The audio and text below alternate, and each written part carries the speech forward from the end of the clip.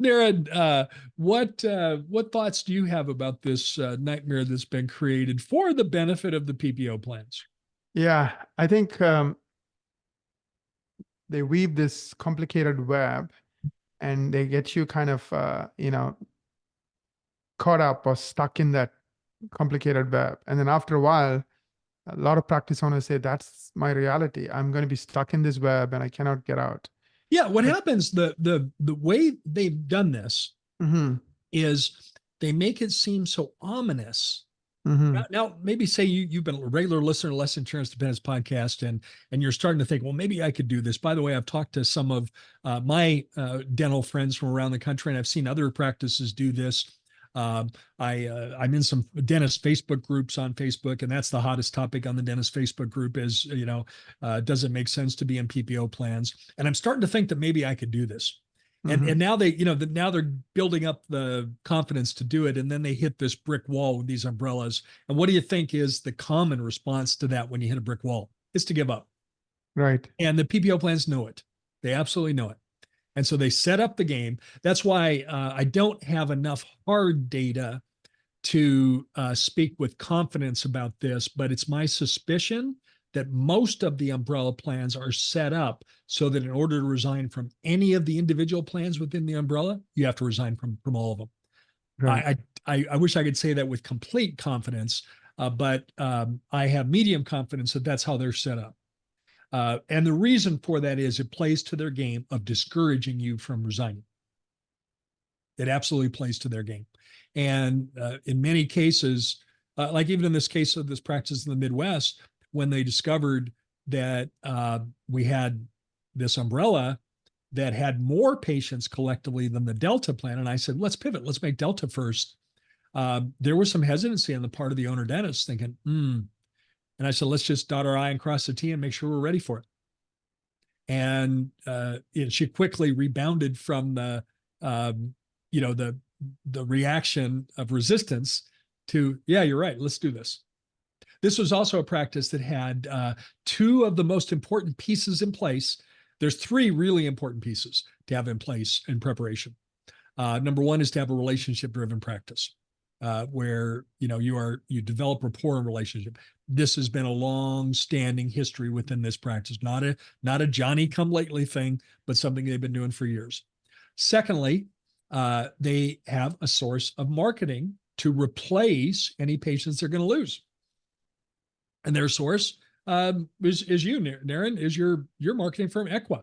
So they've now seen the results of doing digital marketing, and they know they've already replaced any patients they're going to lose. That sure helps a lot, doesn't it? Yes. And then the third thing they actually had all three, a trifecta. They had demand.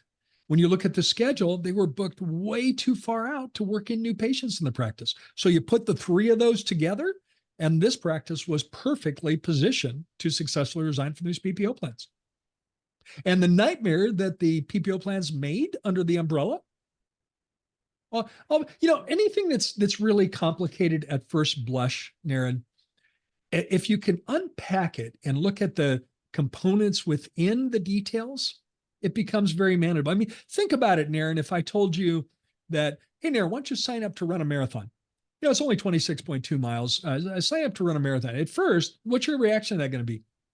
I can't do it. It's impossible. Yeah. But what if I broke it down? What if I said, well, wait a minute, Naren, hold on. With the right game plan, with the right blueprint to follow, you absolutely could do this. Somewhere between 1.5 million and 2 million people in the US run a marathon every year. You could do this if you break it down.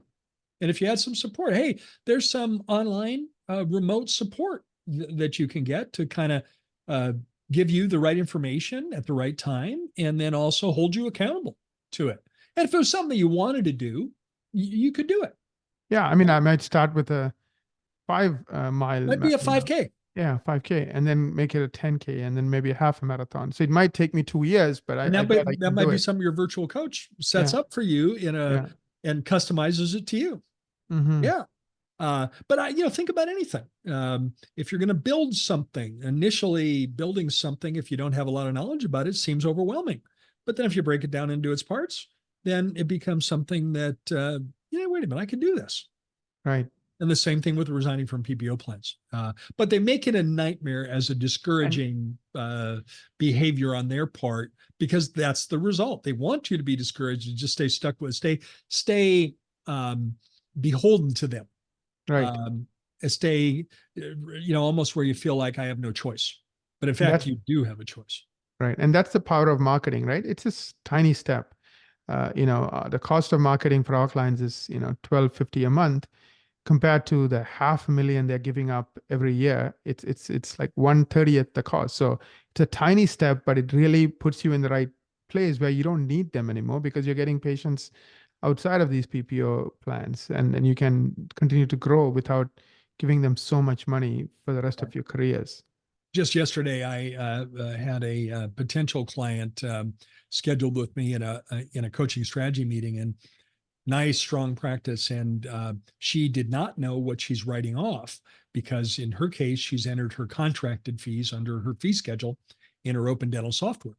And so I said, hey, I've got the Excel spreadsheet. I can do an estimate for you. And we did it right over the coaching strategy meeting. And this is a practice where she was writing off $512,000 a year. Wow. And when I told her that, we were on a Zoom call so I could see her facial expression. Her eyes literally got as big as saucers. And she said, I knew it was a big amount, but I had no idea it was that much. Mm-hmm. And I said, just out of curiosity, how much did you think it was? She said, I thought it was maybe 150,000. It turned out it was 512. And again, that's another thing that plays under the game of the PPO plans, because they don't want you to know what that number is, because if you knew it, you might be more motivated to resign. Well, I hope you've enjoyed this episode, the PPO umbrella nightmare. Hope you know more about the nightmare. And I just want you to know this as you go through your journey to resign, so that when you bump into that, you'll say, hey, I heard Gary and Aaron talk about that on the Less Insurance Dependence podcast. Yeah, I'm frustrated by that, but there's ways around it. There's ways we can deal with that. And the way I'll give a selfish plug. We are accepting new clients in our Thriving Dentist coaching service. We don't always have capacity to accept new clients because of the intensity of our support, but we are currently accepting clients. If you'd like some help with that, a great next step would be go to thrivingdentist.com/CSM, coaching strategy meeting, schedule a Zoom call.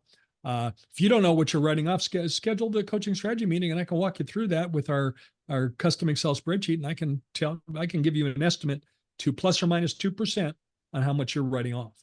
Again, thrivingdentist.com/CSM. Well, as we wrap up this episode, Aaron, thanks for your support. Thanks for all that you and your team do to help dentists master marketing. A quick reminder, April 9th coming up, our next webinar, Mastering Dental Marketing in 2024 and Beyond. If you want to register for that one, go to thrivingdentist.com/webinar. On that note, thank you all for the privilege of your time today. And Aaron and I look forward to connecting on the next Less Insurance Dependence podcast.